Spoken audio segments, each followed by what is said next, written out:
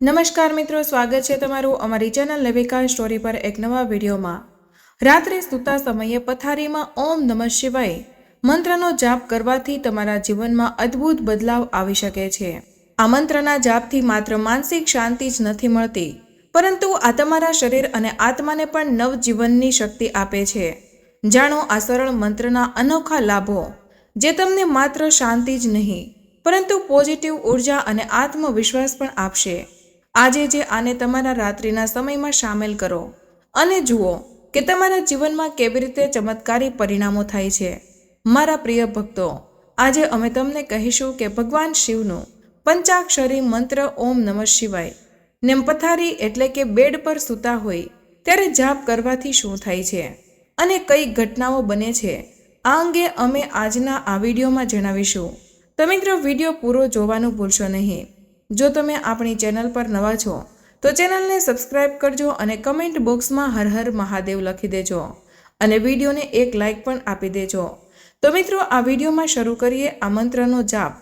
માત્ર 108 વાર કરીને વિના ગુરુએ અને વિના બ્રહ્મચર્યે તમને જે વસ્તુઓ મળશે તે ખૂબ જ ચમત્કારી હશે।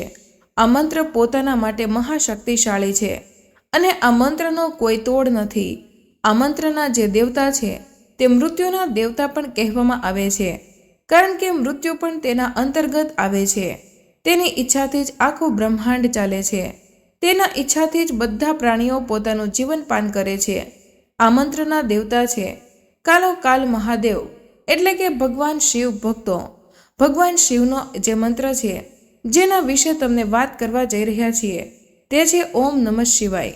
શું તમે જાણો છો, કેટલાક લોકો આ મંત્રને ખૂબ જ હળવાશથી લે છે અને કેટલાક લોકો આ મંત્રનો મહિમા સમજતા નથી, કેમ કે અમે પણ એને સાચા શિવસેવક છીએ અને આ મંત્રનો ખૂબ જ જાપ કર્યો છે।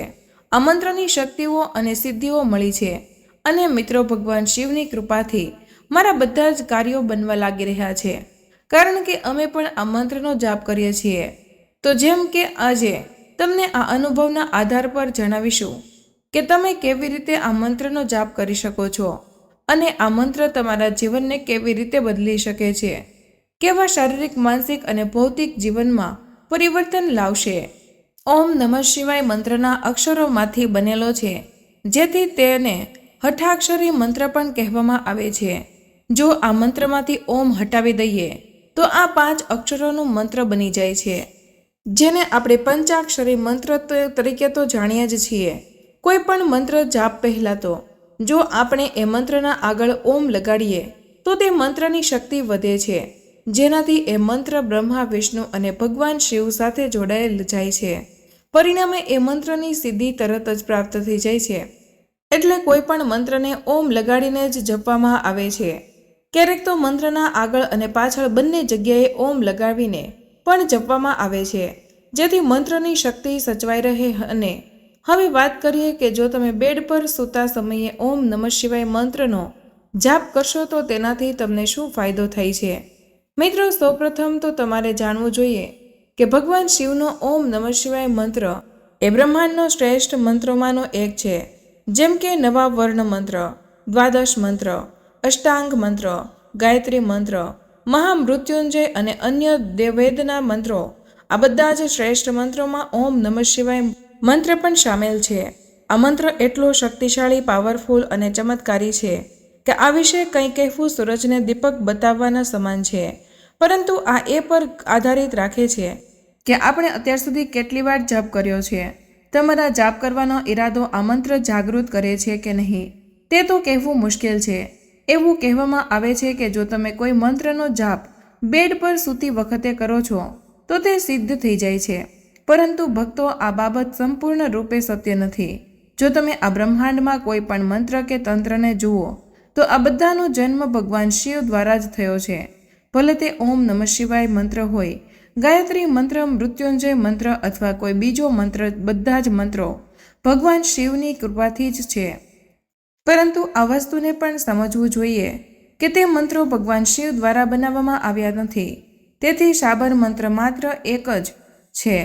થોડી વારના જાપથી મંત્રો સંતાપિત થઈ જાય છે અને આજુબાજુની થોડી પરિસ્થિતિઓને દૂર કરવી પછી વૈદિક મંત્રની સિદ્ધિ થાય છે. મંત્રનું ઉત્કલન કરવા માટે જે રીતે શાસ્ત્રોમાં દર્શાવવામાં આવી છે તેનું પાલન કરીને આપણે મંત્ર ઉચ્ચાર કરવો જોઈએ. એક રીત એ છે કે તમે એટલો જાપ કરો કે મંત્ર પરનો બોજ આપમેળે દૂર થઈ શકે. એ રીતે મંત્ર ઉત્કલન થવા સાથે જ તેઓ તેમની સિદ્ધિ તરફ પણ વધે છે.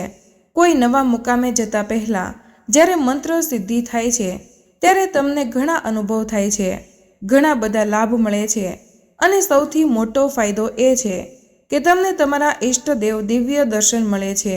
બીજો ફાયદો એ છે કે જ્યારે તમે બેડ પર સૂતા હોય અને જાપ કરો છો ત્યારે તમારી આજુબાજુ કે તમારા ઘરમાં જો કોઈ નકારાત્મક શક્તિ હોય તો તે તમારા ઈષ્ટદેવની કૃપાથી અને તમારા જાપના અસરો દ્વારા ઉત્પન્ન થઈ જાય છે. ભક્તો, ઓમ નમઃ શિવાય મંત્ર જાપથી તે દૂર રહે છે અને જ્યારે આપણા જીવનમાંથી નેગેટિવિટી દૂર થઈ જાય છે ત્યારે આપણા બધા જ કાર્યો બનવા લાગે છે. બધા કામ તમારા સિદ્ધ થઈ જાય છે. જ્યારે નકારાત્મક શક્તિઓનો પ્રભાવ થાય છે ત્યારે આપણે સચોટ નિર્ણય કરી શકતા નથી. આપણા વિચારો અને સમજવાની શક્તિ પશ્ચાત થાય છે, જેના કારણે ઘણી બધી બાબતોમાં ખોટા પરિણામો આવે છે. એવા સમયે મંત્ર જાપના પ્રભાવથી એક વ્યક્તિ પોતાનું અને પોતાના ઘરનું રક્ષણ કરી શકે છે. મંત્ર સિદ્ધિ અલગ વિષય છે, પરંતુ જો તમે દરરોજ તમારા દ્વારા અલબત્ત સિદ્ધ કર્યા વગર પણ ઓમ નમઃ શિવાય કે બીજા કોઈ મંત્રનો જાપ કરો છો તો તેની શક્તિથી આપણા ચારેય બાજુએ જળ સંકટનું એક કુબેર કવચ બની જાય છે, જેનાથી તમારી નકારાત્મક શક્તિઓથી બચી શકો છો.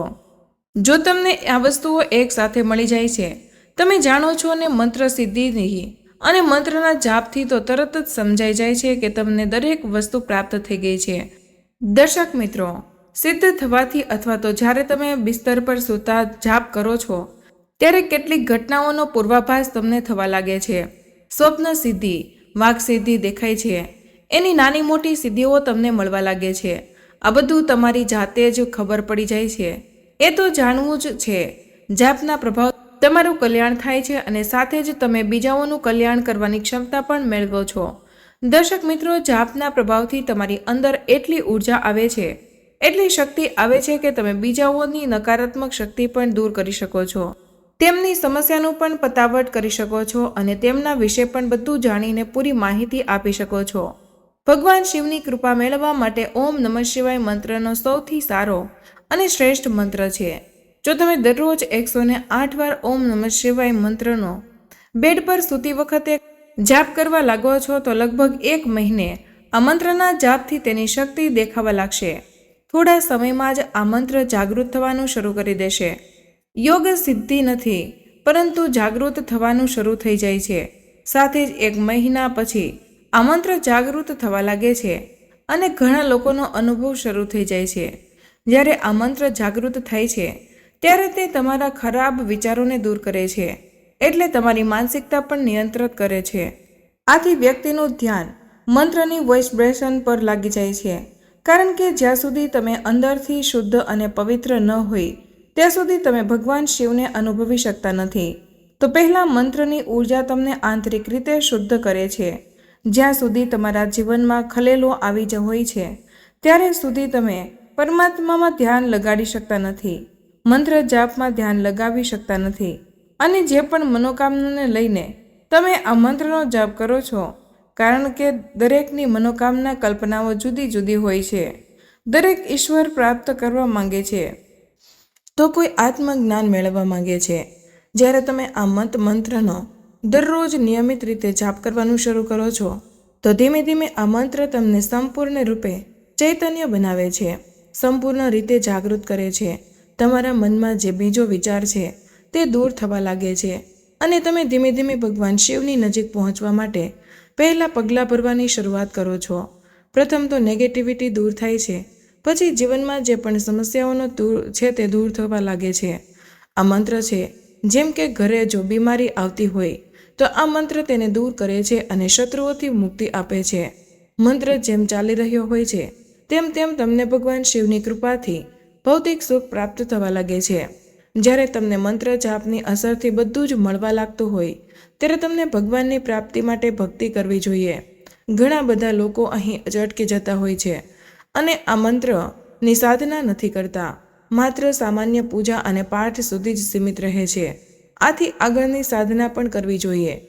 બધી વસ્તુઓ માયામાંથી બની છે અને હંમેશા માયા જ વ્યક્તિને ભટકાવે છે. સિદ્ધિઓના ચક્રમાં વ્યક્તિ પોતાનું મોક્ષ ભૂલી જાય છે. એટલે જેને ઈશ્વરની પ્રાપ્તિ નથી થઈ રહી ત્યાં સુધી તેને સાધનાઓ કરવી જોઈએ.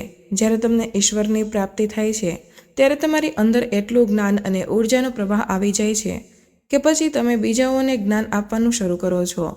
જ્યારે મંત્ર જાપ ધીમે ધીમે જાગૃત થાય છે ત્યારે તમારા શરીરમાં અને આત્મામાં પણ ઘણા બદલાવ આવે છે. તમારી બુદ્ધિ આપમેળે બદલાય છે. તમારા મનમાં ઘણા ફેરફારો થવા લાગે છે. જે તમારી કુંડળીની શક્તિ છે તેને ધીમે ધીમે સક્રિય થવા લાગે છે અને તો પછી પણ તમને દિવ્ય શક્તિઓનો અનુભવ અને શક્તિઓની પ્રાપ્તિ થવા લાગે છે. મિત્રો, ઓમ નમઃ શિવાય મંત્રની વાત કરીએ તો અમારા માટે આ પર એક આખી બુક લખી શકાય છે. તો મિત્રો, બેડ પર ઊંઘતા જાપ ચાલુ રાખો જેથી ભગવાન શિવની કૃપા મળી શકે. તો મિત્રો, આજનો વિડીયો અહીં પૂર્ણ કરીએ છીએ. આજની આ માહિતી તમને કેવી લાગી તે કમેન્ટમાં જરૂર જણાવજો. પસંદ આવી હોય તો વિડીયોને લાઇક અને તમારા મિત્રો સાથે શેર કરજો. ચેનલ પર નવા હોય તો ચેનલને સબસ્ક્રાઇબ કરવાનું ભૂલશો નહીં. મળીએ એક નવા વિડીયોમાં. ત્યાં સુધી બધા જ મિત્રોને જય શ્રી કૃષ્ણ. ધન્યવાદ.